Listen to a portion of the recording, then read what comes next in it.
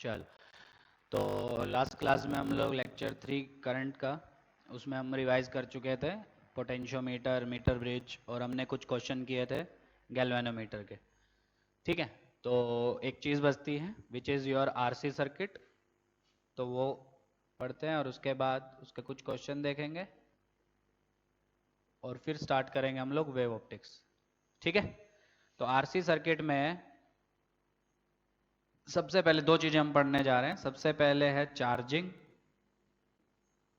Of capacitor, ठीक है, और फिर हम पढ़ेंगे डिस्चार्जिंग ऑफ कैपेसिटर। ठीक है, तो सबसे पहले चार्जिंग, क्या इक्वेशन आती है, न्यूमेरिकल्स कैसे सोल्व करते हैं, वो सब हम देखेंगे। फिर हम पढ़ेंगे डिस्चार्जिंग ऑफ कैपेसिटर। तो ध्यान से समझना। तो बेसिकली ये आपका एक कैपेसिटर है which is connected in series with a resistor and they both are connected with a battery of EMF से V या E, जो भी आपका मन करे वो EMF है। ठीक है, तो T0 पे क्या सिचुएशन है, T0 पे charge on the capacitor is zero, capacitor पे कोई चार्ज नहीं है T0 पे। ठीक है, और मान लो किसी T टाइम पे चार्ज कितना है कैपेसिटर पे, लेट अस से इट इज Q। ठीक है, और देख के समझ में आ रहा है इस पे प्लस आएगा इस वाली प्लेट पे और इस वाली प्लेट पे माइनस। कैपेसिटर की प्लेट्स पे चार्ज अंदर आता है, ये सबको पता ही होगा, ये सब कैपेसिटर में हमने डिटेल में किया हुआ। ठीक है, तो सवाल है ये जो चार्ज है कैपेसिटर पे किसी टी टाइम पे, ये कैसे वेरी करता है। ठीक है, मतलब 5 सेकंड पे कितना होगा, 10 पे कितना होगा, ये सब हमको निकालना है इसमें। ठीक है, तो कैसे सोल्व करना है ध्यान से समझो। तो मान लो उस टी टाइम पे सर्किट से करंट कितना जा रहा था, आई, और मेंस वाले ध्यान देना डेरिवेशन के ऊपर, क्योंकि उस पर डेरिवेशन पे भी क्वेश्चन पूछ लेता है वो। ठीक है, तो अगर आई करंट जा रहा था और कैपेसिटर पे चार्ज कितना था, छोटा क्यू, किसी टी टाइम की बात कर रहे हैं। ठीक है, तो at time t using KVL, KVL use करते हैं, करो यूज। तो यहां से स्टार्ट करते हैं और ऐसा चलता है क्लॉकवाइज। चलो, rise that is V, same direction, तो पोटेंशियल डिफरेंस अक्रॉस कैपेसिटर लिखना पड़ेगा, that is Q by C, और सेम डायरेक्शन है तो माइनस। ठीक, फिर से सेम डायरेक्शन और आर के अक्रॉस लिखना है, that is I R, that should be equal to zero, क्योंकि पूरे लूप में सबका सम कितना होता है, जीरो। याद है कि नहीं, किरचॉफ सेकंड लॉ, केवीएल जिसको हम बोलते हैं। क्या आया बोलो यहां से, so V minus Q by C या V minus I R that is equal to Q by C. ठीक है, अब आई को क्या डाल दो, D Q by D T, और उसके बाद हमने इसको सोल्व किया था। ठीक है, सबको आता ही होगा ये कैसे हमने किया था इसको। हमने क्या किया था बता देता हूँ, V minus Q by C is equal to I R. ठीक है, हमने एलसीएम लिया, that will be C V minus Q divided by C, that is I R, R भी नीचे ले आओ तो आर सी। ठीक है, और आई, आई क्या होता है आपका, d q by d t. फिर हमने क्या किया, सारे वेरिएबल एक तरफ, so that will be d t by R C, that is equal to d q upon C V minus Q. दोनों साइड हमने क्या किया, इंटीग्रेशन। ठीक है, ये सारे स्टेप्स आपकी नोटबुक में लिखे होंगे। ठीक है, तो टी जीरो पे चार्ज कितना था, जीरो, कैपेसिटर वॉज अनचार्ज, और किसी टी टाइम पे चार्ज कितना है, क्यू। तो इंटीग्रेट इंटीग्रेट करके जब हमने सॉल्व किया, सो क्यू आता है आपका सी वी 1 - e⁻⁻⁻t/RC। बहुत इंपॉर्टेंट, क्योंकि सारे न्यूमेरिकल्स आते हैं इसी पे, और मेंस वाले लोग स्पेशली ध्यान देना, उसमें क्वेश्चन आता ही आता है। ठीक है, बहुत बार इसका क्वेश्चन पूछा जाता है, 17 में आया था, 16 में आया था आरसी सर्किट के ऊपर। ठीक है, तो जिसको नहीं आता है वो अच्छे से इसको सीख ले। ठीक है, और नीट में आज तक आया तो नहीं है पर आ सकता है क्योंकि सिलेबस में है।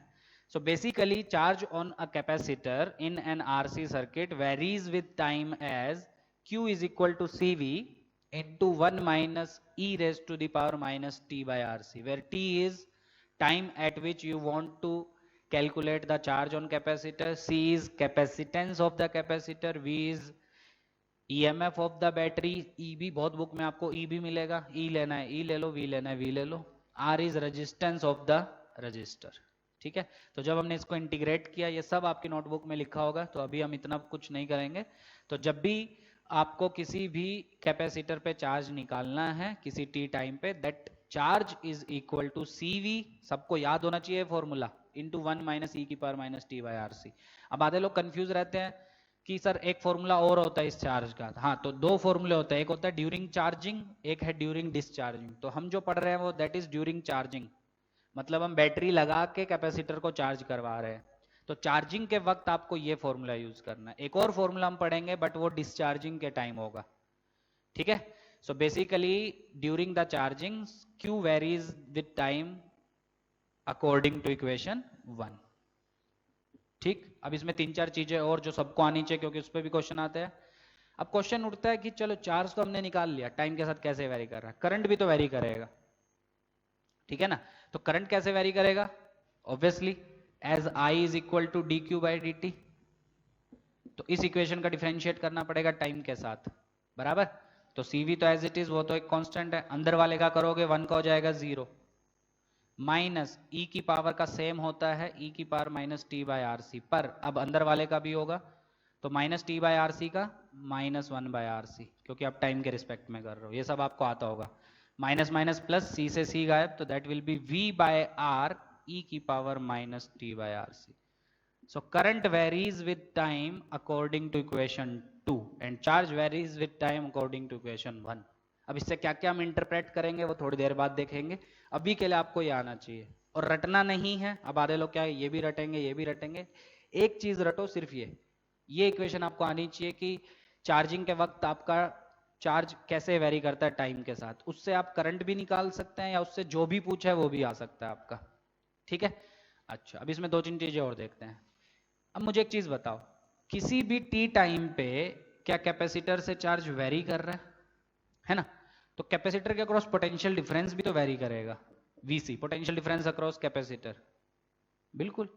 पोटेंशियल डिफरेंस अक्रॉस कैपेसिटर वो भी तो वेरी करेगा क्योंकि चार्ज वेरी कर रहा है, क्योंकि आप लोग पढ़ चुके हैं कैपेसिटर के केस में चार्ज क्या होता है, CV, where V is potential difference across the capacitor, बराबर। मैं उल्टा निकालना चाहता हूं, potential difference across capacitor that will be Q by C, ठीक है, where VC is potential difference across capacitor at time T, किसी T टाइम पे कैपेसिटर के अक्रॉस, और Q क्या है, उसी T टाइम पे चार्ज ऑन द कैपेसिटर। वो तो मैं निकाल चुका हूं, कितना आया था मेरा, बोलो। CV 1 माइनस ई की power minus T by R C upon ये वाला C से C cancel, so VC comes out to be V 1 minus e raise to the power minus T by R C. ये है आपका potential difference across capacitor at time T, equation 3। तो अभी तक हमने क्या क्या डिराइव कर लिया, किसी T टाइम पे चार्ज ऑन द कैपेसिटर, किसी T टाइम पे करंट थ्रू द रजिस्टर, और किसी T टाइम पे potential difference across the capacitor, क्योंकि ये सब पूछा जाता है जेईई मेंस में स्पेशली, ठीक। नेक्स्ट है पोटेंशियल डिफरेंस अक्रॉस रजिस्टर। ध्यान से समझना, किसी भी T टाइम पे इसके अक्रॉस भी होगा जिसको हमने VC नाम दिया, और ऑब्वियसली इसके अक्रॉस भी होगा जिसको हमने VR नाम दिया। क्या आपको एक चीज पता है, VC प्लस VR का सम ये पक्का V होना चाहिए किसी भी T टाइम पे, चाहे वो आप 0 पे देखें, चाहे वो आप 10 सेकंड पे देखें, चाहे वो आप 20 सेकंड पे देखें, किसी भी टाइम पे जब आप देखेंगे कैपेसिटर के अक्रॉस पोटेंशियल डिफरेंस और रजिस्टर के अक्रॉस पोटेंशियल डिफरेंस, दोनों का सम हमेशा किसके इक्वल होना चाहिए, V, है ना, क्योंकि सीरीज में है ना, तो इसके अक्रॉस प्लस इसके across is equal to V, क्योंकि V तो इसके अक्रॉस V, इसके अक्रॉस V और इसके अक्रॉस V, मतलब दोनों का सम V होना ही चाहिए आपका। तो किसी T टाइम पे मैं कैपेसिटर के अक्रॉस तो निकाल लिया, क्या रजिस्टर के अक्रॉस भी निकाल सकता हूं, ये सब काम आएगा न्यूमेरिकल में, दैट विल बी IR। जैसे इसमें Q बाय C था, इसमें IR होता है, पता है ना सब। I किसी भी T टाइम का I वो हम निकाल चुके, कितना आया बोलो, V बाय आर ई की power minus T by R C into R, R से आर गायब, सो VR कितना आ गया आपका, V e की power minus T by R C, that is your equation number 4। तो इक्वेशन 4 क्या है आपकी, potential difference across resistor at time T। मतलब ध्यान से सुनना, एक RC सर्किट में चार्जिंग के वक्त हर चीज आपकी चेंज होती है, चाहे वो चार्ज ऑन द कैपेसिटर हो, चाहे वो आपका करंट थ्रू रजिस्टर हो, चाहे वो आपका पोटेंशियल डिफरेंस अक्रॉस कैपेसिटर हो, चाहे वो आपका पोटेंशियल डिफरेंस अक्रॉस रजिस्टर हो, चारों चीजें आपकी चेंज होती है, ठीक है। हर चीज याद नहीं की जा सकती, तो एक ये सिंगल चीज याद करो, क्योंकि ज्यादातर 99% न्यूमेरिकल इसी पे आता है। कोई ये पूछता नहीं है जनरली, पर जेई मेंस पूछता है कभी कभी, पर नीट के टेस्ट सीरीज में पूछे जाते हैं सब सवाल, ठीक है। तो charge at any time T, बस ये इक्वेशन याद करो अच्छे से, क्या चीज क्या है वो समझो, ठीक है। उससे तुम ये भी डिराइव कर सकते हो, इसकी हेल्प से आप वी आर डिराइव कर सकते हो, और पहली इक्वेशन की हेल्प से आप वी सी डिराइव कर सकते हो। फॉर्मूले वही है, Q is equal to C V, तो V आ जाएगा, और V is equal to I R, तो वहां से रजिस्टर के अक्रॉस आ जाएगा। ये चारों चीजें समझ में आई। अच्छा, इसमें एक पांचवी चीज और पूछता है, किसी भी टी टाइम पे एनर्जी स्टोर्ड बाय कैपेसिटर निकालो, क्या वो भी कर लोगे? That will B Q square by 2c। पढ़ चुके हो कि नहीं? Q की वैल्यू डाल देना, that will be C square V square 1 minus ई की power minus T by R C का whole square divided by 2c। c से c कैंसिल, तो जो भी आएगा half C V square 1 minus ई की power minus T by R C का whole square. इतना डिटेल में पूछता नहीं है, पर अगर कभी आ जाए तो आपको ये सब आना चाहिए। तो याद बिल्कुल नहीं करना है, सिर्फ इक्वेशन 1 आपको याद करनी है, ठीक है। चलो, तो पहली दो इक्वेशन मैं यही नीचे लिख दे रहा हूं। पहली ये आई थी, और करंट आया था आपका v बाय आर ई की power minus T by R C. इससे हम कुछ चीजें डिराइव करेंगे, वो आपको डायरेक्टली न्यूमेरिकल में हेल्प करेंगी, ठीक है। और एक दो क्वेश्चन देखेंगे ताकि आपको और क्लियर हो कि कैसे करना है। देखो अब ध्यान से। अच्छा, इसमें जो आरसी है, पहली चीज तो आपको वो पता होनी चाहिए, this RC is called time constant of RC circuit.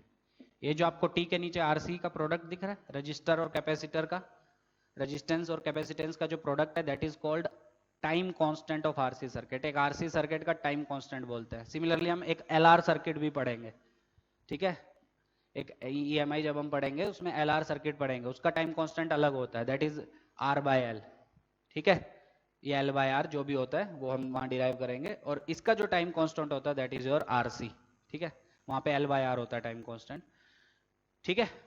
अच्छा, दूसरी चीज, ये जो टाइम कांस्टेंट है, सबको आपको यूनिट डायमेंशन अगर याद होगी, exponential function is a dimensionless function, तो इसकी कोई डायमेंशन नहीं होनी चाहिए। तो आरसी की वही डायमेंशन होनी चाहिए जो टी की है, ताकि टी की डायमेंशन टी को कैंसिल करें और एक्सपोनेंशियल आपका डायमेंशनलेस बन जाए। याद है कि नहीं? तो ये बहुत बार डायरेक्टली पूछा जा चुका है, आरसी की डायमेंशन, तो आरसी की वही डायमेंशन होगी जो टाइम की डायमेंशन है, विच इज योर T1, ठीक है। आधे बच्चे क्या करते हैं, इसमें 2-3 मिनट इसको लगाएंगे सोल्व करने में, आर की अलग से निकालेंगे, सी की अलग से निकालेंगे, दोनों को मल्टीप्लाई करेंगे, ठीक है, और फाइनली आंसर तो यही आना है, ठीक है। तो ऐसी चीजें आपको दिमाग में आनी चाहिए क्वेश्चन पढ़ते ही, जिससे आपका क्वेश्चन जल्दी सोल्व हो सके। तो अगर आरसी का आपको डायमेंशन पूछा है, तो RC is known as time constant of RC circuit which will be equal to dimension of time. क्यों? क्योंकि ई को आपको क्या बनाना है, डायमेंशनलेस। वो तभी बनेगा जब आरसी की डायमेंशन टाइम के इक्वल होगी, ठीक है। अच्छा, इस टाइम कांस्टेंट को हम एक सिंबल देते हैं, दैट इज योर टाउ। तो कभी भी आपको टाउ बोले आरसी सर्किट का, तो tau is RC, product of resistance and capacitance, ठीक। अब इसमें दो चीजें ध्यान से देखो। T0 की बात करते हैं हम लोग, क्योंकि क्वेश्चन इसी पे पूछता है वो, या तो T0 या स्टेडी स्टेट, आपको पता होगा ये सब चीजें। T0 की बात करते हैं, तो T0 पे चार्ज देखो कितना है, Q is equal to C V 1 minus ई की पावर माइनस 0, क्योंकि T0 लेना है हमको, और e की power 0 that will B 1, 1 minus 1 0। तो किसी भी टी टाइम पे चार्ज की हेल्प से हमने जीरो टाइम पे चार्ज निकाला, ठीक है। और वो तो हमने मान के ही तो वो इक्वेशन डिराइव किया कि किसी टी टाइम पे चार्ज कैसे हमने निकाला, जीरो टाइम पे कैपेसिटर वॉज अनचार्ज, वही मान के तो हमने निकाला है। तो ऑब्वियसली जब जीरो डालोगे इक्वेशन में, तब आपका चार्ज जीरो आना ही चाहिए। समझ में आ गया? तो इनिशियली मतलब T0 पे कैपेसिटर वॉज अनचार्ज्ड, ठीक। देखते हैं करंट कितना है उस टाइम पे, वहां से हम एक चीज डिराइव करेंगे, एक मजेदार चीज। तो करंट कितना है देखो, V बाय आर ई की पावर 0, क्योंकि T0 डाल दिया मैंने, ई की पावर 0 1, सो आई कितना हो गया, V बाय आर, ठीक। ध्यान से सुनना, बहुत ध्यान से, कुछ चीजें आने वाली हैं इसमें। तो पहला मैं डिस्कशन कर रहा हूं आपका T0 पे, तो T0 पे चार्ज जीरो, करंट जीरो नहीं है, करंट है आपका V बाय आर। V मतलब समझ रहे हो, मतलब ये जो बैटरी का ईएमएफ है, ये पूरा पोटेंशियल डिफरेंस इसके अक्रॉस है, ठीक है, मतलब t0 पे आपको दो तीन चीजें ध्यान देनी है। कैपेसिटर के अक्रॉस कोई पोटेंशियल डिफरेंस नहीं होता, जीरो होता है क्यों, चार्ज जीरो है। रजिस्टर के अक्रॉस पूरा पोटेंशियल डिफरेंस होता है, मतलब बैटरी का जो ईएमएफ है वो पूरा का पूरा इक्वल होता है किसके, रजिस्टर के अक्रॉस। ऐसा किसी टी टाइम पे नहीं होता, किसी टी टाइम पे डिवाइड हो जाता है। सपोज ये 5 वोल्ट है, तो अगर 2 वोल्ट इसके अक्रॉस है तो इसके अक्रॉस 3 बचेगा। पर t0 पे आप श्योरली बोल सकते हैं कि अगर ये 5 वोल्ट है बैटरी का ईएमएफ, तो ये तो जीरो होगा पक्का, क्योंकि चार्ज जीरो है, और पूरा 5 ये होगा आपका। ठीक है, वही मैंने लिखा है। तो ये चीज छोटी छोटी चीजें ध्यान देना। तो किसी जीरो टाइम पे, किसी नहीं मतलब जीरो मतलब किसी थोड़ी होता है, तो जीरो टाइम पे, जीरो सेकेंड पे charge on the capacitor is zero, current through the register is V by R which is maximum. इससे ज्यादा करंट आपका नहीं हो सकता। इसके बाद करंट डिक्रीज करेगा स्लोली स्लोली, और आपका चार्ज स्लोली स्लोली इंक्रीज करता है, और स्टेडी स्टेट पे करंट जीरो हो जाता है और चार्ज आपका मैक्सिमम हो जाता है। यहां तक समझ में आ गया पक्का? चलो फर्स्ट ये, सेकंड देखते हैं।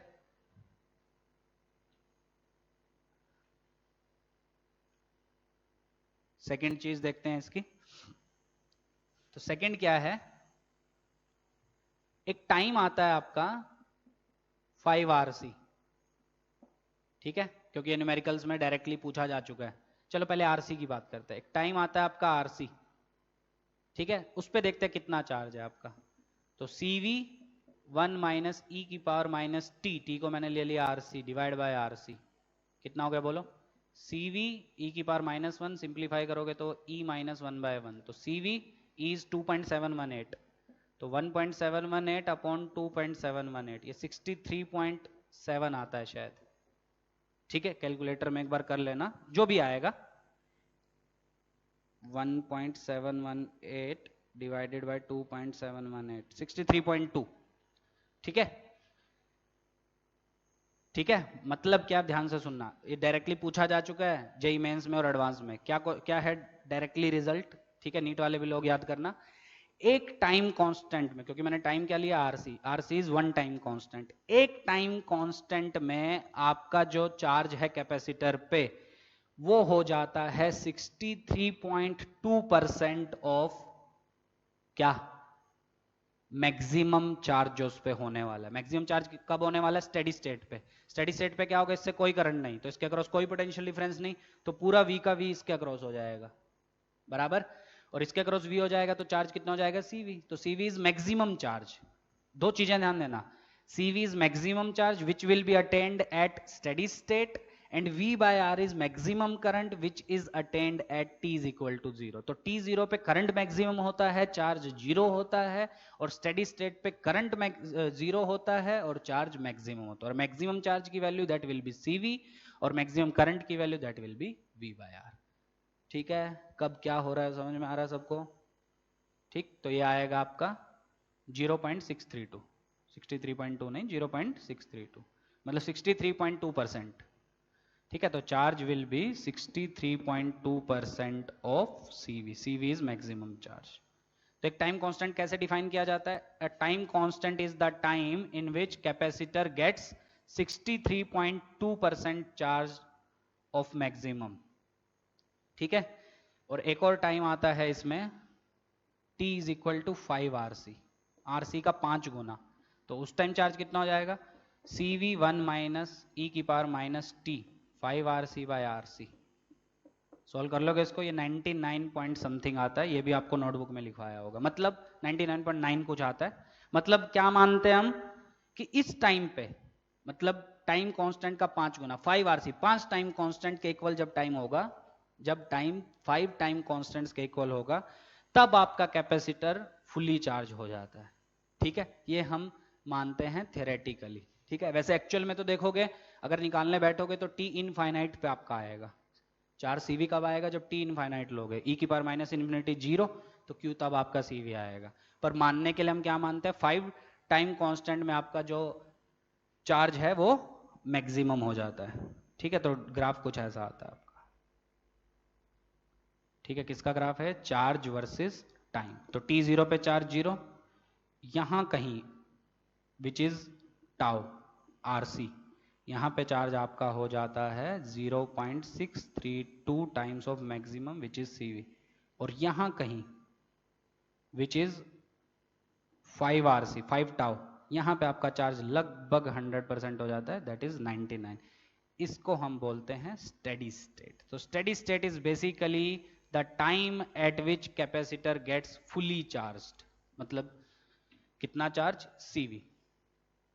ठीक है, तो स्टेडी स्टेट की बात करें, T0 की हम बात कर चुके। तो एट स्टेडी स्टेट, क्योंकि ज्यादातर न्यूमेरिकल इसी पे आएगा स्टेडी स्टेट के ऊपर, तो at steady state charge on the capacitor is maximum and it is equal to CV। ठीक है, करंट कितना होगा उस केस में, करंट विल बी 0, कोई करंट नहीं आएगा। तो करंट नहीं आएगा तो VR कितना होगा बोलो, 0। रजिस्टर के अक्रॉस कोई पोटेंशियल डिफरेंस नहीं होता, पर VC वो कितना आएगा, that will be equal to V, battery के EMF के, क्योंकि किसी भी T टाइम पे आपको दोनों के अक्रॉस का सम V मिलेगा ही मिलेगा। तो जब इसके अक्रॉस 0 है तो बचा हुआ मतलब पूरा का पूरा इसके अक्रॉस होगा। जैसे T0 पे उल्टा था, इसके अक्रॉस नहीं था, पूरा का पूरा इसके अक्रॉस था। तो दो चीजें हैं, T0 अलग से ध्यान दो, मैं फिर से रिपीट कर रहा हूं, बहुत इंपॉर्टेंट है, नीट के लिए भी मेंस के लिए तो है ही। T0 अलग है, T स्टेडी स्टेट वाला अलग है। 0 पे क्या हो रहा है ध्यान से सुनना, चार चीजें मैं बोलने जा रहा हूं। T0 पे मतलब इनिशियली जैसे आपने बैटरी को कनेक्ट किया तो इनिशियली क्या होगा, कैपेसिटर पे कोई चार्ज नहीं है, और अगर कैपेसिटर पे कोई चार्ज नहीं है तो उसके अक्रॉस कोई पोटेंशियल डिफरेंस भी नहीं है। ठीक, ये बात हो गई कैपेसिटर की। रजिस्टर से जो करंट फ्लो कर रहा है इनिशियली T0 पे वो मैक्सिमम है, और कितना है, V/R। ठीक, दूसरी चीज उसके अक्रॉस जो पोटेंशियल डिफरेंस है वो बैटरी के EMF के इक्वल है, क्योंकि कैपेसिटर के अक्रॉस कुछ नहीं है उस टाइम। ठीक है, ये बात हो गई आपकी T0 की। बात करें अगर स्टेडी स्टेट की, तो स्टेडी स्टेट पे क्या होता है, आपका कैपेसिटर फुली चार्ज हो जाता है और वो चार्ज आता है आपका maximum which is denoted by capital Q and which is equal to CV, पहली चीज। दूसरा, उसके अक्रॉस जो पोटेंशियल डिफरेंस है वो सबसे ज्यादा होता है, मतलब V के इक्वल। ठीक है, इंटरमीडिएट टाइम में 0 से लेकर स्टेडी स्टेट तक आपका कैपेसिटर के अक्रॉस वोल्टेज बढ़ता जाएगा, क्योंकि 0 पे 0 था, याद करो 0 पे 0 था, स्टेडी स्टेट पे V हो जा रहा है। तो 0 से लेके स्टेडी स्टेट अटेन करने तक आपका कैपेसिटर के अक्रॉस पोटेंशियल डिफरेंस बढ़ता जाता है और रजिस्टर के अक्रॉस पोटेंशियल डिफरेंस डिक्रीज होता जाता है। ठीक है, ये चीजें आपको ध्यान में रखनी है। ठीक है, और स्टेडी स्टेट पे रजिस्टर में कोई करंट फ्लो नहीं करता तो उसके अक्रॉस पोटेंशियल डिफरेंस भी 0। समझ में आ गया। अब न्यूमेरिकल में इसका क्या यूज है, ध्यान से सुनना, कि T0 पे कैपेसिटर के अक्रॉस पोटेंशियल डिफरेंस था 0। ठीक है, और पूरा का पूरा पोटेंशियल डिफरेंस किसके अक्रॉस था, रजिस्टर के अक्रॉस। ठीक, तो हम क्या करते हैं न्यूमेरिकल सॉल्विंग के लिए, capacitor is replaced by a straight wire. Capacitor को हम रिप्लेस कर देते हैं एक स्ट्रेट वायर से, मतलब उसको शॉर्ट सर्किट कर देते हैं हम लोग, नहीं शॉर्ट सर्किट नहीं करते, सॉरी, इसको रिप्लेस कर देते हैं हम किससे, एक स्ट्रेट वायर से। तो स्ट्रेट वायर से रिप्लेस करने का मतलब, कैपेसिटर उड़ाओ जिस भी ब्रांच में लगा है, जब भी T0 का सवाल आए तो T0 पे क्या करो, कैपेसिटर उड़ाओ और उसको रिप्लेस कर दो एक स्ट्रेट वायर से। क्यों, क्योंकि उसके अक्रॉस कोई पोटेंशियल डिफरेंस ही नहीं है, तो उसको किससे रिप्लेस कर देते हैं हम लोग, एक स्ट्रेट वायर से। ठीक है, तो ये काम आएगा आपका न्यूमेरिकल में T0 पे। और स्टेडी स्टेट पे क्या है, क्योंकि चार्ज मैक्सिमम है, करंट 0 है। करंट 0 मतलब रजिस्टर से कोई करंट फ्लो नहीं कर रहा है। वो कब होगा, सोच के देखो, जब कैपेसिटर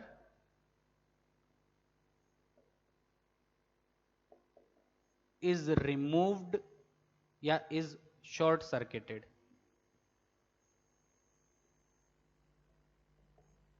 ठीक है, तो कैपेसिटर को अगर हम शॉर्ट सर्किट कर दे तो क्या होगा आपका, ये कैपेसिटर ही उड़ा दो, कैपेसिटर उड़ा दो तो इससे कोई करंट ही नहीं जाएगा। वही तो हम देख रहे हैं कि कोई करंट जा ही नहीं रहा है। ठीक है, तो दो चीजें ध्यान देना, T0 पे capacitor is replaced by a straight wire, तो सर्किट में जितने भी कैपेसिटर है सबको रिप्लेस कर दो एक स्ट्रेट वायर से। ठीक, और स्टेडी स्टेट पे कैपेसिटर को आप रिमूव कर दो, तो जिस भी ब्रांच में कैपेसिटर लगा होगा उसको रिमूव कर दो, वो पूरी ब्रांच को ही आप रिमूव कर दो। ठीक है, क्योंकि उससे कोई करंट जा ही नहीं रहा है अल्टीमेटली। तो इसके क्वेश्चन आपको टेस्ट सीरीज में बहुत ज्यादा मिलेंगे कि स्टेडी स्टेट पे करंट निकालो, बैटरी कितना दे रही है। तो वो कैसे निकालोगे, जिस भी ब्रांच में कैपेसिटर लगा होगा वो पूरी ब्रांच उड़ा दो, क्योंकि उस ब्रांच से कोई करंट जाता ही नहीं है, अभी अभी हमने पढ़ा। ठीक है, तो ये सारी चीजें ध्यान में रखो। और इसको सोल्व करो। ठीक है, तो एक क्वेश्चन करते हैं।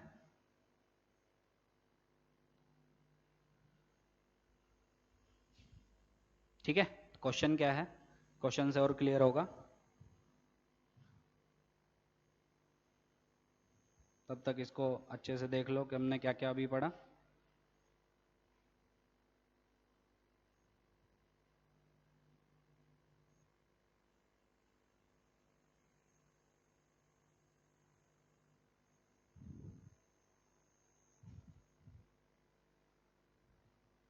क्वेश्चन क्या है, थोड़ा सा लेंदी है पर इसमें हर चीज आप सीख जाओगे अच्छे से।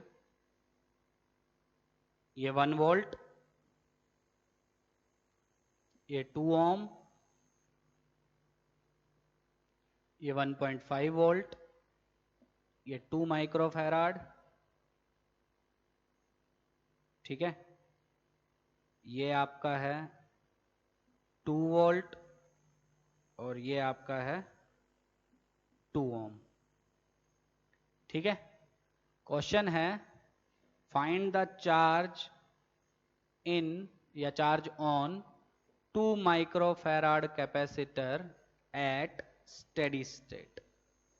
ठीक है, आपके ऑप्शन है 0, 2 माइक्रोकूलम, 4 माइक्रोकूलम, 6 माइक्रोकूलम, ये आपके ऑप्शन है।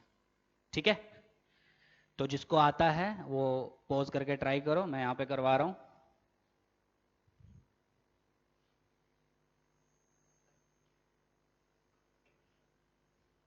तो देखो अब ध्यान से, स्टेडी स्टेट पे क्या होता है पता है? स्टेडी स्टेट पे जिस भी ब्रांच में कैपेसिटर है, ठीक है, उस ब्रांच से कोई करंट नहीं जाता, ये हमेशा याद रखना। तो उस ब्रांच से अगर करंट नहीं जाता है तो उस ब्रांच को हम सर्किट से उड़ा सकते हैं। तो क्या ये पूरी ब्रांच को सर्किट से उड़ा दें? ओके, तो आपको डायग्राम सिंप्लीफाई होकर कुछ ऐसा मिलेगा। 1 वोल्ट, 2 ओम, 2 वोल्ट, 2 ओम। बहुत ध्यान से समझना, अब आगे आपका दिमाग है, आप कैसे सोल्व करते हो। अब निकालते हैं करंट कितना आएगा सर्किट में। बीच वाली ब्रांच से तो जाएगा ही नहीं, क्योंकि हम अभी अभी पढ़े हैं स्टेडी स्टेट पे वो रिप्लेस हो जाता है, मतलब वो पूरी की पूरी ब्रांच उड़ जाती है आपकी। तो ये क्या आई निकाल सकते हो आप? बिल्कुल। नेगेटिव पॉजिटिव, पॉजिटिव नेगेटिव एक दूसरे का अपोज कर रही हैं, तो नेट आएगा आपका आई, दैट विल बी 1। केवीएल लगाना आता है ना, divided by net resistance that will B 4, सो 1/4। ये आ गया आपका करंट। तो क्वेश्चन अगर पूछता करंट सप्लाइड बाय बैटरी, वो भी आपका आ जाता कितना, 1/4। और कौन करेगा, मैंने बताया था ये भी अच्छे से। तो जो डोमिनेटिंग है आपकी, तो इन दोनों में ये डोमिनेटिंग है, तो ये करंट सप्लाई करेगी 1/4।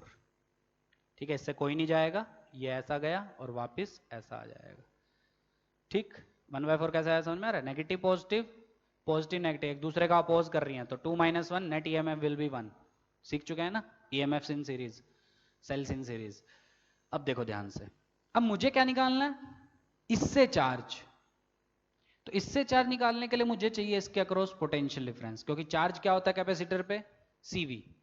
ठीक है, तो अगर मुझे स्टेडी स्टेट पे इसके अक्रॉस पोटेंशियल डिफरेंस मिल जाए, क्या मेरा काम हो जाएगा? चलो अब ध्यान से सुनो, तो क्या मैं इस ए बी के अक्रॉस पोटेंशियल डिफरेंस निकाल दूं? तो जो ए बी के अक्रॉस होगा वो किसके अक्रॉस होगा? आपका सी डी के अक्रॉस, बराबर। सो ए बी के अक्रॉस पोटेंशियल डिफरेंस कैसे निकालेंगे? KVL, V A rise +2 same direction minus I into R, that will be equal to V B. कितना है बोलो? So V A minus V B is equal to -2 plus 1/2, that is -3/2, that is -1.5। या उल्टा करो, V B minus V A, that will be 1.5। ठीक है, समझ में आ गया आपको? चलो अच्छा, अब जो इसके क्रॉस होगा क्या वही इसके क्रॉस होगा? मतलब वी सी डी भी कितना मिल गया आपको? That is equal to 1.5। अब ध्यान से सुनना, बहुत ध्यान से मेरी बात सुनना। अब जब आप एक चीज देखोगे तो स्टार्ट करो केवीएल, यहां से यहां, वीसी राइज +1.5 प्लस कैपेसिटर के अक्रॉस, वही तो हमको निकालना है। कहां पहुंच गए, is equal to V D बराबर कितना है बोलो 1.5 plus V across capacitor is equal to V D minus V C. KVL लगाया है हमने, और V D minus V C वही होगा जो V B minus V C है, क्योंकि दोनों डायरेक्टली कनेक्टेड है। और वी बी माइनस वी सी अभी अभी हम निकाले 1.5, तो डालो 1.5, ये 1.5 ये 1.5 कैंसिल, सो कैपेसिटर के अक्रॉस पोटेंशियल डिफरेंस कितना आ गया, जीरो। तो अगर इसके अक्रॉस कोई पोटेंशियल डिफरेंस नहीं तो चार्ज विल बी जीरो, तो answer is zero, option A आ गया। ऐसे ही करना है, पर इसका मतलब ये याद मत कर लेना कि आपका चार्ज जीरो होता है स्टेडी स्टेट पे, वो इस सर्किट में आया, पर एक्चुअल में याद करो स्टेडी स्टेट पे चार्ज मैक्सिमम होता है अगर सर्किट में सिर्फ आर और सी होता आपका, समझ रहे हो। तो स्टेप समझो कैसे हमने किया, कैसे कौन किसकी तरह बिहेव करता है, क्यों बिहेव करता है, चार्जेस हमने कैसे निकाले, करंट कैसे निकाले, वो सब अच्छे समझो। ठीक है, अब इसमें एक टॉपिक जो मेंस वाले लोगों के लिए है, नीट वाले लोगों में नहीं आता है, how to find time constant. Test series में नीट में मिल सकता है आपको, how to find time constant of an RC circuit. ठीक है, अब इसमें मैं दो बता रहा हूं। टाइम कांस्टेंट क्या होता है वैसे आपका, आर इंटू सी। ठीक है, अब इसमें केस वन, एक कैपेसिटर एंड मैनी रजिस्टर्स, ये सब जेई मेंस वाले अपने बुक्स में देखे होंगे क्वेश्चन, मतलब कुछ ऐसा, मैं डायग्राम से ही बता रहा हूं। सपोज ये 4 ओम है,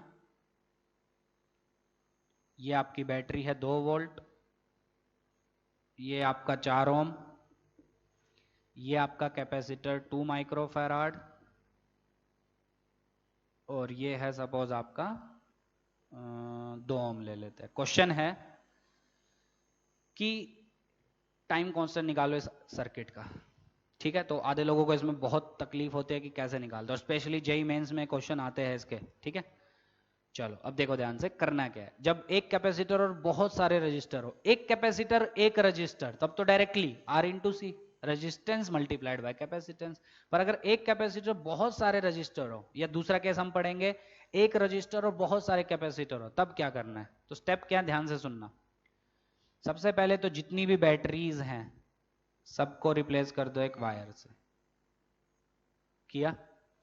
दूसरा कैपेसिटर को उड़ाओ और उसके टर्मिनल्स के कुछ नाम दो, that is suppose A B. सिर्फ कैपेसिटर को उड़ाना, जब एक कैपेसिटर होगा तो कैपेसिटर को उड़ाओ।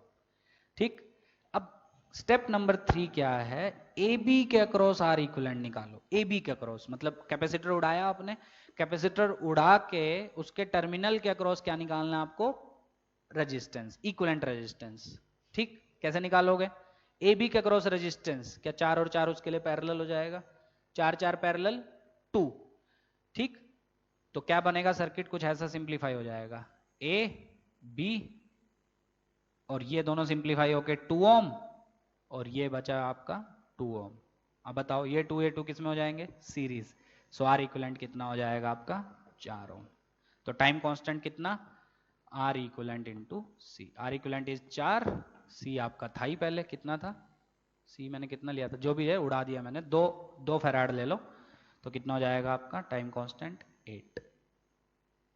ये है आपका तरीका, समझ में आ गया। मेंस वालों के लिए स्पेशली, क्योंकि उसमें क्वेश्चन आते हैं। ठीक है, कि आरसी सर्किट का टाइम कांस्टेंट बताओ कैसे निकाला जाता है। तो क्या करो, बैटरीज को सबसे पहले रिप्लेस करो वायर से, फिर अगर एक सिंगल कैपेसिटर है तो सिंगल कैपेसिटर को उड़ाओ और उसके टर्मिनल्स के अक्रॉस नेट रेजिस्टेंस निकालो, और वो सीरीज पैरेलल से आपको आसानी से मिल जाएगा। ठीक है, तो फाइनली स्टेप क्या है, time constant will be equal to R into C होता है, सबको पता है। So time constant for this circuit will be R equivalent into C, क्योंकि सी आपका एक ही था।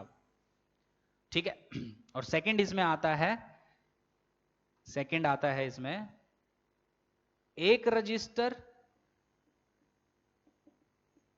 एंड मेनी कैपेसिटर, उसका भी सेम फंडा, बस उसमें क्या होगा, सबसे पहले फिर से बैटरीज को रिप्लेस करो वायर से, फिर उसके बाद क्या करो, अब इसमें उल्टा है, अब रजिस्टर को उड़ाओ और उसके टर्मिनल के अक्रॉस क्या देखो, इक्विवेलेंट कैपेसिटेंस, मतलब ये जस्ट उल्टा, ये मान लो 2,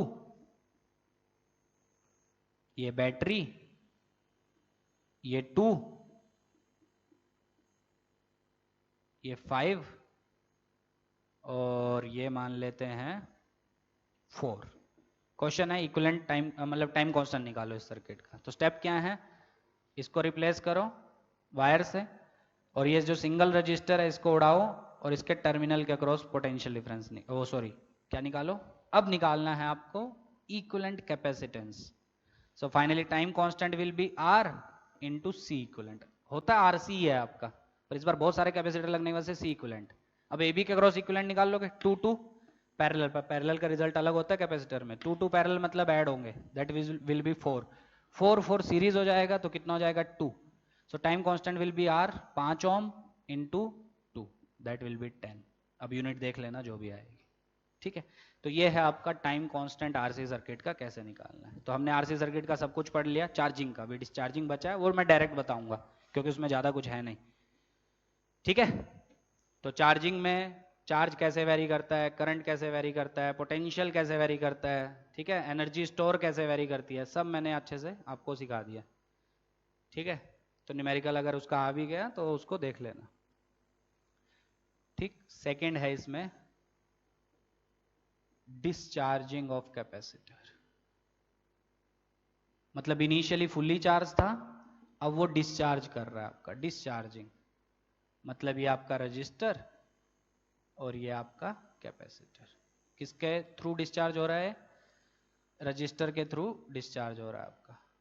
this is your capacitor and this is your register, ठीक है। इनिशियली T0 पे कैपेसिटर वॉज फुली चार्ज, मतलब इस पे प्लस क्यू चार्ज था और इस पे आपका माइनस क्यू था। क्यू कैपिटल क्यू का मतलब समझ में आ रहा है, कैपिटल क्यू मतलब CV, टोटल चार्ज उस पर पूरा चार्ज था, या कभी कभी क्यू ही दिया होता है तो क्यू रहने दो उसको। तो T0 पे चार्ज कितना है आपका क्यू। अब क्या होगा, बैटरी तो है नहीं, तो किसके अक्रॉस किसके थ्रू डिस्चार्ज होने लगेगा, रजिस्टर के थ्रू। क्यों, क्योंकि कुछ ना कुछ हीट लॉस होगा, तो इससे एनर्जी स्टोर घटती जाएगी, एनर्जी स्टोर घटेगी तो आपका क्या होगा, इससे चार्ज घटता जाएगा और बहुत लंबे टाइम के बाद क्या हो जाएगा, फुली आपका डिस्चार्ज हो जाएगा, ठीक है। तो डिस्चार्जिंग इक्वेशन क्या है, तो charge at any time t during discharging that is given as capital Q e raise to the power minus t by RC, ठीक है। तो during discharging charge at any time t that is given as capital Q which was initial charge, ठीक है, ठीक है। e की power minus t by RC, t is any general time, r is resistance, c is capacitance. t0 डालो, डालो t0, so t0 will be e की power 0 that is 1, तो q आ जाएगा कैपिटल Q। t इनफाइनाइट डालो, सो e की power minus infinite which is 0, so q आपका आ जाएगा 0, that is called steady state, ठीक है। स्टेडी स्टेट पे आपका क्या हो जाएगा, कैपेसिटर फुल्ली डिस्चार्ज हो जाएगा। अच्छा, किसी t टाइम पे करंट मांगे वो भी निकाल लोगे, dq बाई dt करो, dq by dt, capital Q तो कांस्टेंट है, e की power minus t by RC as it is into minus 1 by RC, तो कितना हो जाएगा आपका minus q by RC e की power minus t by RC। कर लोगे ऐसा, तो मेन इस पे तो आते ही नहीं है सवाल, सिर्फ चार्ज पे आपका आएगा, ठीक है। और डिस्चार्जिंग का ग्राफ कैसा है आपका, चार्ज वर्सेस टाइम, तो ये है आपका ग्राफ, एक्सपोनेंशियली डिक्रीज करता है और T0 पे मैक्सिमम कैपिटल Q और लंबे टाइम के बाद आपका फुली डिस्चार्ज हो जाएगा, ठीक है। अच्छा, एक चीज मुझे बताओ सोच के, एक टाइम कांस्टेंट में मतलब RC टाइम में कितना चार्ज होता है आपका, 63.7% चार्ज होता है ना। तो डिस्चार्ज कितना होगा, 33.3% डिस्चार्ज होगा, उल्टा होता है आपका, ठीक है। डाल के देख लो, तो चार्ज कितना हो जाएगा एक टाइम कांस्टेंट पे, कैपिटल Q e की power minus RC by RC that is minus 1, so Q by 2.718, ठीक है। तो चेक करना, ये आपका आएगा 36.3, मतलब 0.363 आएगा, ठीक है। मतलब जस्ट उल्टा हो गया कि एक टाइम कांस्टेंट पे कैपेसिटर चार्जिंग के वक्त चार्ज होता है 63.7%, तो डिस्चार्जिंग के वक्त कितना डिस्चार्ज होगा, 36 सॉरी डिस्चार्ज नहीं, ये चार्ज बचा ना उसके ऊपर, कितना बचा ये 1/2.718, ये आता है आपका 36.8 या 367 के आसपास आपका आता है, मतलब ये चार्ज आपका बचा है किसी टी टाइम पे। ठीक है, तो कितना डिस्चार्ज हो गया 63.7, तो चार्ज हुआ था 63.7, तो ऑब्वियसली डिस्चार्ज भी कितना हो जाएगा 63.7 आपका डिस्चार्ज हो जाएगा। ठीक है, तो ये है आपकी डिस्चार्जिंग की इक्वेशन और पिछली थी चार्जिंग की इक्वेशन। ठीक है, क्वेश्चन का कैसा भी पूछ सकता है, कंसेप्चुअल भी, न्यूमेरिकल भी। न्यूमेरिकल आएगा आपका तो चार्जिंग पे ही आएगा, डिस्चार्जिंग पे नहीं आता है। तो चार्जिंग में हमने बहुत सारी चीजें सीखी, किसी भी टी टाइम पे चार्ज, किसी भी टी टाइम पे करंट, ठीक है, potential difference, graph, time constant क्या होता है, टाइम कांस्टेंट कैसे निकालते हैं, ठीक है, और न्यूमेरिकल्स कैसे करते हैं। स्टडी स्टेट के न्यूमेरिकल में जिस भी ब्रांच में कैपेसिटर होगा उस ब्रांच को सर्किट से उड़ा दो, क्योंकि उस ब्रांच से करंट जा ही नहीं सकता। ठीक, उस पर हमने एक न्यूमेरिकल देखा था। और T0 पे अगर क्वेश्चन पूछे तो कैपेसिटर को रिप्लेस कर दो किससे, एक स्ट्रेट वायर से, उसके बाद जो भी पूछा होगा वो आपका आंसर आ जाएगा। कर लोगे? चलो, तो ये हो गया आपका करंट इलेक्ट्रिसिटी। अच्छे से इसको पढ़ लो, 2 क्वेश्चन तो आएंगे ही आएंगे इसके, कुछ भी हो जाए। ठीक है, तो नेक्स्ट स्टार्ट करते हैं। 20 मिनट है अभी हमारे पास। वेव ऑप्टिक्स, तो थोड़ा इंट्रो वगैरह, इंटरफेरेंस वगैरह देख लेते हैं। YDSC कल ही कर लेंगे। Next is wave optics. ठीक है, रे ऑप्टिक्स हम पढ़ चुके हैं इसका, अब हम पढ़ने जा रहे हैं वेव ऑप्टिक्स। रे ऑप्टिक्स भी इंपॉर्टेंट है, वेव ऑप्टिक्स भी इंपॉर्टेंट, दोनों के दोनों इंपॉर्टेंट है आपके, चाहे वो मेंस हो, सीटी हो, नीट हो, कुछ भी हो। ठीक है, तो चैप्टर स्टार्ट करने से पहले थोड़ा सा इसके बारे में बात करें। सो वेव ऑप्टिक्स बेसिकली क्या है? वेव ऑप्टिक्स में हम क्या क्या पढ़ने जा रहे हैं? सबसे पहले हम पढ़ेंगे हाइजेंस प्रिंसिपल। ठीक है, फिर उसके बाद हम पढ़ेंगे हाइजेंस, क्योंकि आप बोर्ड दे चुके हैं तो हम वो सब नहीं पढ़ने जा रहे। लॉ ऑफ रिफ्लेक्शन और लॉ ऑफ रिफ्रैक्शन हमने प्रूव किया था। ठीक है, याद अगर आपको हो, वो बोर्ड के लिए इंपॉर्टेंट है, क्योंकि बोर्ड अब आप दे चुके हैं तो अब वो सब की जरूरत नहीं है। तो मैं हाइजेन प्रिंसिपल सिर्फ बताऊंगा क्या होता है, क्योंकि उस पर कंसेप्चुअल कभी कभार पूछा जा चुका है।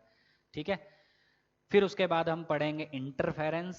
इंटरफेरेंस हम बहुत सारे चैप्टर्स में पढ़ चुके हैं, SHM में पढ़ते हैं, वेव्स में, साउंड वेव्स में पढ़ते हैं, स्ट्रिंग वेव्स में पढ़ते हैं, और यहाँ तो पढ़ते ही हैं। ठीक है, तो उसके बाद हम पढ़ेंगे इंटरफेरेंस हाइजन के बाद, और इंटरफेरेंस में हम पढ़ेंगे कंस्ट्रक्टिव कब होता है, डिस्ट्रक्टिव कब होता है, पाथ डिफरेंस क्या होता है दो वेव्स के बीच में, पाथ डिफरेंस से फेज डिफरेंस कैसे निकाला जाता है, वो सब हम देखेंगे। कंस्ट्रक्टिव की कंडीशन क्या है, डिस्ट्रक्टिव की कंडीशन क्या है, क्योंकि बहुत न्यूमेरिकल इसके पूछे जा चुके हैं और पूछे जाते रहेंगे। ठीक है, फिर उसके बाद इंटरफेरेंस पढ़ने के बाद हम पढ़ेंगे YDSC, क्योंकि वो भी कंसेप्ट किसका है, इंटरफेरेंस ऑफ टू वेव्स। ठीक है, YDSC मतलब यंग्स डबल स्लिट एक्सपेरिमेंट। उसमें हम डबल स्लिट लेते हैं, लाइट को इंसिडेंट करवाते हैं, लाइट उन स्लिट से पास होती है और उसके बाद इंटरफेयर करती है। ठीक है, कहाँ पे स्क्रीन पे आपको ब्राइट दिखेगा, कहाँ पे आपको डार्क दिखेगा, क्या कंडीशन है ब्राइट की, कितना ऊपर ब्राइट, कितना ऊपर डार्क। ठीक है, फ्रिंज विड्थ क्या होती है, एपरेटस को पानी में इमर्स कर देंगे तो क्या होगा, फ्रिंज विड्थ पे फर्क पड़ेगा या नहीं पड़ेगा, क्योंकि सबके सवाल आपके पूछे जा चुके हैं अलग अलग एग्जामिनेशन में। तो ले दे के वेव ऑप्टिक्स आपका बहुत ज़्यादा इंपॉर्टेंट है। ठीक है, फिर इसी के बाद हम पढ़ेंगे व्हाइट लाइट यूज़ करेंगे तो क्या होगा। ठीक है, स्लिट के आगे अगर हम कुछ वो लगा देते हैं, कोई प्लेट लगा देते हैं तो तब क्या होता है, क्या तब मैक्सिमा शिफ्ट हो जाएंगे या क्या होगा, वो आगे देखेंगे। फिर हम पढ़ेंगे, इंटरफेरेंस खत्म हो जाएगा, फिर हम पढ़ेंगे डिफ्रैक्शन। ठीक है, उसमें हम पढ़ेंगे सिंगल स्लिट डिफ्रैक्शन, फ्रॉनहोफर और फ्रेजनल। ठीक है, उसमें हमको फ्रॉनहोफर ही पढ़ना होता है। और डिफ्रैक्शन में रिजल्ट्स उल्टे होते हैं आपके, इंटरफेरेंस में जो आएंगे, YDSC में जो आएंगे। ठीक है, उसके भी क्वेश्चन आपके आते हैं, पास्ट ईयर में बहुत ज़्यादा आते हैं। और लास्ट थर्ड हम पढ़ेंगे पोलराइजेशन। ठीक है, पोलराइजेशन में हम दो चीज़ें मेनली पढ़ते हैं, एक ब्रूस्टर एंगल, वो क्या होता है, and second one is your Malus law. तो उसमें क्या होता है कि पोलराइजर से जब लाइट पास होती है तो कैसे पोलराइज होती है, कितनी इंटेंसिटी बचती है। ठीक है, वो सब हम पढ़ेंगे उसमें। तो मेन चैप्टर का जो आउटलाइन है, अगर चैप्टर को हम डिवाइड करें तो basically wave optic 3 important parts में डिवाइड होता है। First one is your interference, बहुत इंपॉर्टेंट, मान सकते हो पूरे चैप्टर का सबसे इंपॉर्टेंट पार्ट, जिसमें हम YDSC पढ़ेंगे। Second one is your diffraction, क्या होता है डिफ्रैक्शन का फिनोमिना, वो कल के लेक्चर में देखेंगे, जिसमें हम पढ़ेंगे सिंगल स्लिट डिफ्रैक्शन, ठीक, and third is your polarisation. ठीक है, मतलब ऐसा मानना कि इन 3 सेक्शन में से 2 पे सवाल आता ही आता है। मेंस में भी, मेंस वाले पास्ट ईयर उठा के देखेंगे उनको दिखेगा, और नीट वाले और सीटी वाले कोई भी पास्ट ईयर उठा के देखो आपको ये दिखेगा ही दिखेगा। तो इंटरफेरेंस से और डिफ्रैक्शन से जनरली इन दोनों से एक एक सवाल आता है, कभी कभी पोलराइजेशन से भी पूछ लेता है। ठीक है, तो चैप्टर को अच्छे से ध्यान से समझना क्या होता है कैसे होता है। ठीक है, तो स्टार्ट करें। सबसे पहले बात करते हैं हाइजेंस प्रिंसिपल की। ठीक है, और वो पढ़ने से पहले हम एक टर्म की बात करते हैं विच इज वेव फ्रंट।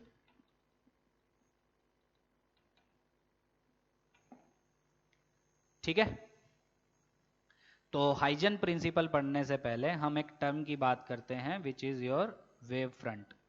ठीक है, तो 3 तरह के हम वेव फ्रंट इसमें पढ़ते हैं। ठीक है, तो सबसे पहला वेव फ्रंट हम पढ़ते हैं स्फेरिकल। पता होना चाहिए आपको क्या कब बनता है। एक हम पढ़ते हैं सिलिंड्रिकल, और थर्ड हम पढ़ते हैं प्लेनर। ठीक है, तो अब ध्यान से सुनो। पहली बात तो वेव फ्रंट होता क्या है वो ध्यान से सुनो। So wave front is basically a cross sectional plane. एक क्रॉस सेक्शनल प्लेन होता है, प्लेन, प्लेन का मतलब होता है ना, उस क्रॉस सेक्शनल प्लेन में क्या होता है, जितने भी आपके पार्टिकल्स हैं, मीडियम पार्टिकल्स, वो सब के सब वाइब्रेट करते हैं सेम फेज में। ठीक है, किस में वाइब्रेट करते हैं, वो सब के सब सेम फेज में वाइब्रेट करते हैं। ठीक है, मतलब क्या है, डायग्राम से अच्छे से समझ में आएगा। सबसे पहले हम बात करें स्फेरिकल वेव फ्रंट की। तो स्फेरिकल वेव फ्रंट बेसिकली कब बनता है, when your source is a point source. पहली बात तो आपको ये पता होनी चाहिए, मतलब ये आपके पास एक पॉइंट सोर्स है।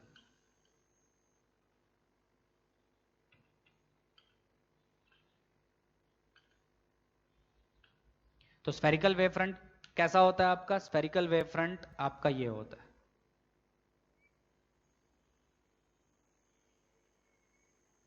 This is your spherical wave front.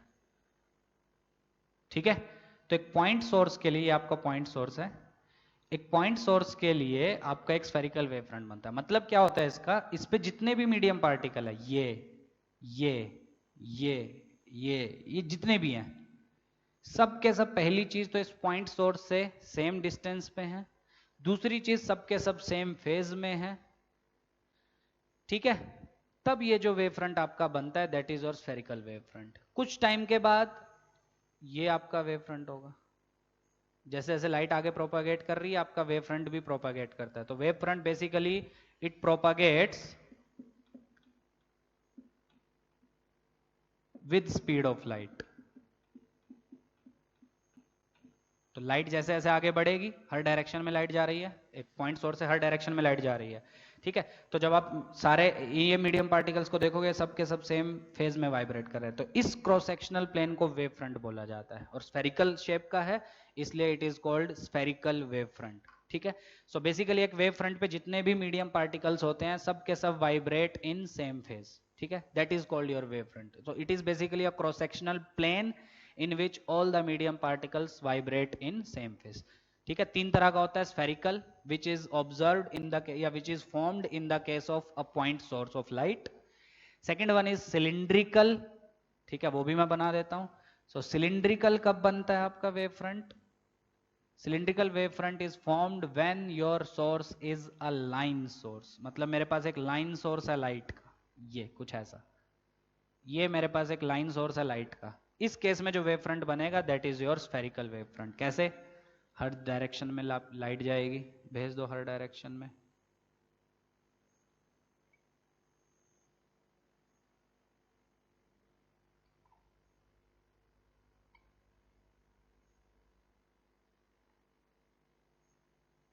ठीक है, अब कैसा दिखेगा आपको, कुछ इस प्रकार।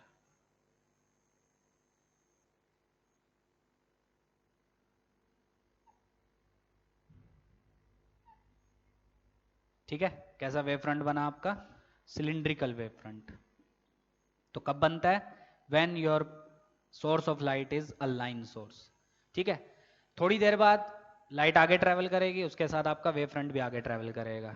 ठीक है, नए वेव फ्रंट की पोजीशन कैसे निकालनी है वो हम हाइजन से पढ़ेंगे। हाइजन यही बताता है आपको नया वेव फ्रंट जो है उसकी पोजीशन कैसे निकाली जाती है। ठीक है, तो नया कैसा हो जाएगा, कुछ टाइम के बाद आपका ये अगला सिलिंड्रिकल वेव फ्रंट बनेगा। ठीक है, मतलब ये वेव फ्रंट भी ट्रेवल कर रहा है with the speed of light कुछ टाइम के बाद, और ऐसा।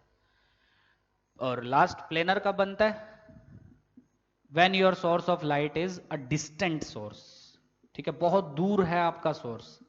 ठीक है, मतलब लाइट ऐसे आ रही है, तब जो आपका वेव फ्रंट बनता है that is your planar wave front.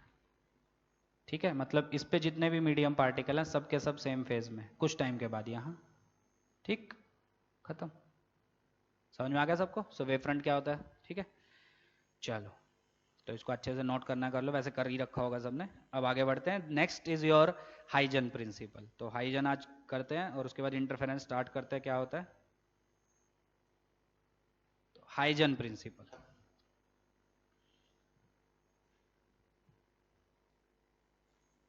तो हाइजन क्या बोला था, क्या उसमें थियरी में है वो हम देखते हैं ध्यान से। तो हाइजन प्रिंसिपल क्या बोलता है,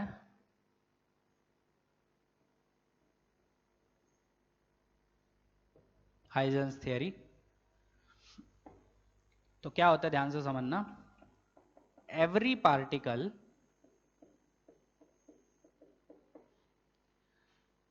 ऑफ अ वेव फ्रंट, एक वेव फ्रंट पे जितने भी मीडियम पार्टिकल हैं, act as a point source from which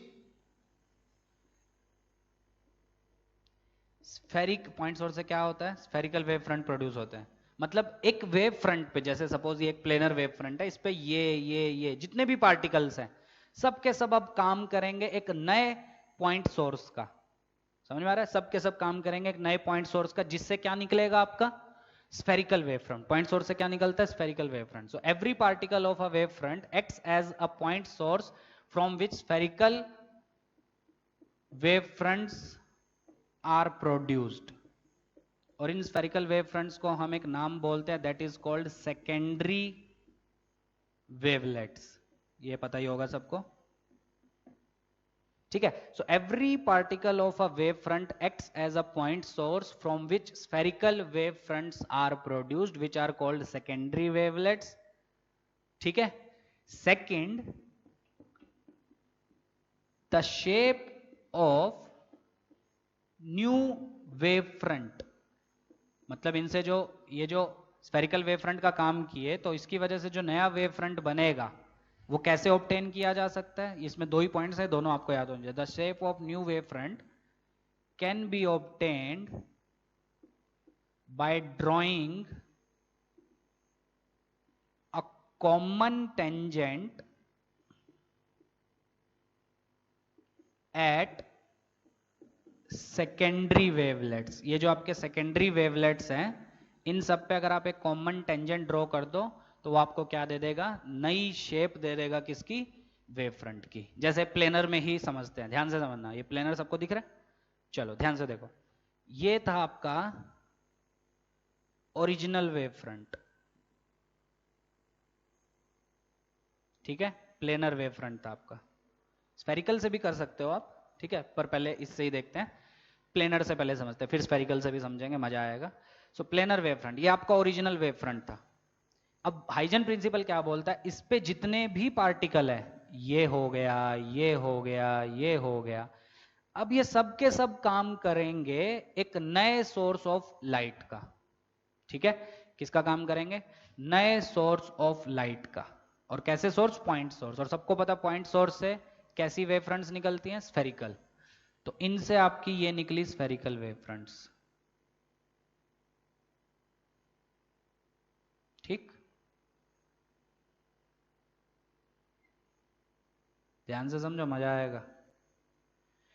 spherical दिख रही है सबको, तो ये हो गई आपकी स्फेरिकल वेव फ्रंट्स। ठीक, ये हो गया पहला पॉइंट। तो every particle of a wave front acts as a point source from which spherical wave fronts are produce. तो हर एक पार्टिकल जो है वो पॉइंट सोर्स का काम करेंगे जिससे स्फेरिकल वेव फ्रंट्स आपकी निकलती है। सेकंड क्या है, second point, the shape of new wave front can be obtained by drawing a common tangent and secondary wavelet. तो इनको हमने नाम दिया सेकेंडरी वेवलेट्स, ठीक है, मैंने लिखा भी है। इन पे अगर हम एक कॉमन टेंजेंट ड्रॉ करें, क्या सब पे यही आएगा कॉमन टेंजेंट, तो ये आपको देगा किसकी शेप, न्यू वेव फ्रंट की। और ऑब्वियसली न्यू वेव फ्रंट आपका क्या बनेगा, स्फेरिकल, वो सॉरी प्लेनर बनेगा, वो भी, ये प्लेनर है तो ये भी प्लेनर, ठीक है।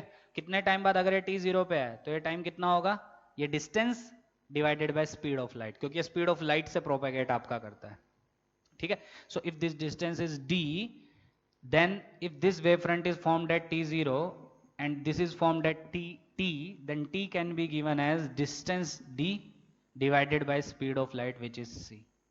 This is the property of wavefront. समझ में आ गया सबको, हाइजन ने क्या बोला, ठीक है। चलो और थोड़ा सा और अगर हम देखें, अगर ये मेरे पास ओरिजिनल पॉइंट सोर्स था लाइट का, ठीक है, तो इससे कैसी वेव फ्रंट बनती है आपकी, स्फेरिकल वेव फ्रंट, ठीक है। तो ध्यान से समझो,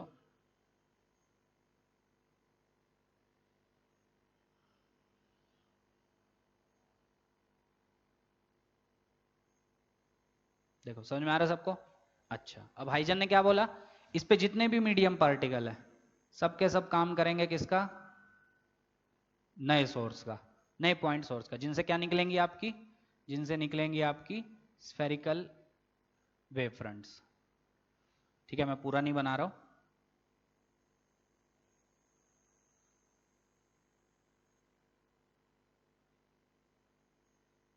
ठीक है। अब क्या बोलता है, अगर मुझे नए वेव फ्रंट की वो बतानी है शेप, तो इन पे सब पे कॉमन टेंजेंट ड्रॉ कर दो, तो कर लोगे तो आपका कुछ ये बनेगा नया वेव फ्रंट, ये होगा आपके shape of new wave front, वो भी स्फेरिकल बनेगा आपका, ठीक है। तो ये है आपका हाइजेंस प्रिंसिपल, समझ में आ गया सबको अच्छे से। तो कब स्फेरिकल वेव फ्रंट बनता है वो समझो, कब सिलिंड्रिकल बनता है वो, कब प्लेनर बनता है वो, ठीक है। चलो आगे बढ़ते हैं। अब हाइजेंस हमने प्रूव किया था law of reflection and law of refraction, वो अपनी नोटबुक में लिखा गया होगा, वो कुछ भी जरूरत नहीं है वो पढ़ने की, क्यों, क्योंकि वो सिर्फ बोर्ड के लिए इंपॉर्टेंट था, ठीक है। बोर्ड सब लोग दे चुके हैं तो अब उसकी कोई जरूरत नहीं है, ठीक है। चलो अब आगे बढ़े। नेक्स्ट चीज और इंटरफेरेंस, आज पूरा नहीं हो पाएगा, बस थोड़ा सा इंट्रो देखते हैं कि इंटरफेरेंस क्या होता है। सो इंटरफेरेंस बेसिकली क्या है, when two light waves having same frequency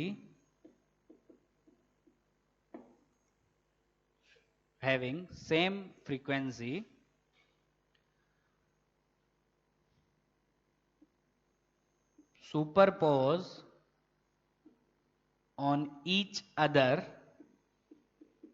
ठीक है। तो इसी फिनोमिना को हम क्या बोलते हैं, इंटरफेरेंस बोलते हैं। जब दो लाइट वेव्स जो हैं जिनकी फ्रीक्वेंसीज सेम है, अगर वो एक दूसरे से मिलती हैं, उस फिनोमिना को हम बोलते हैं इंटरफेरेंस। अब वो कैसी मिली उसके हिसाब से हम दो तरह के इंटरफेरेंस पढ़ते हैं, एक होता है हमारा कंस्ट्रक्टिव इंटरफेरेंस, एक होता है हमारा डिस्ट्रक्टिव इंटरफेरेंस, ठीक है।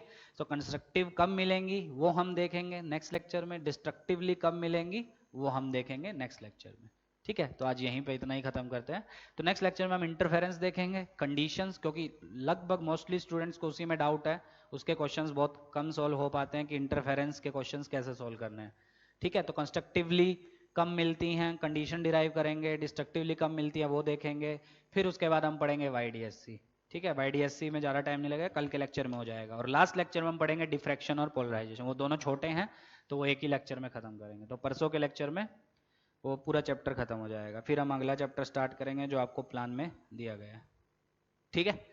तो अभी यहाँ तक अच्छे से पढ़ लो, तो आपका पूरा करंट इलेक्ट्रिसिटी खत्म। तो शीट जो मिली है उसको सोल्व करो, कोई भी डाउट है तो उसको पूछो, ठीक है।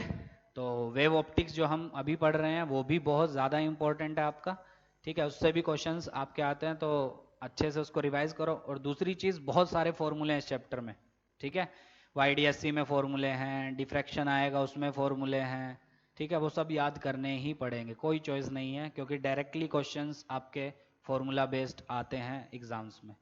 ठीक है, तो जितने भी आपके फॉर्मूले हैं सबके सब आपको याद करने ही पड़ेंगे। तो अच्छे से उनको मेमोराइज करो, कैसे उनको अप्लाई करना है वो देखो। ठीक है, फिर उसके बाद नेक्स्ट कल पढ़ते हैं। ठीक है, चलो।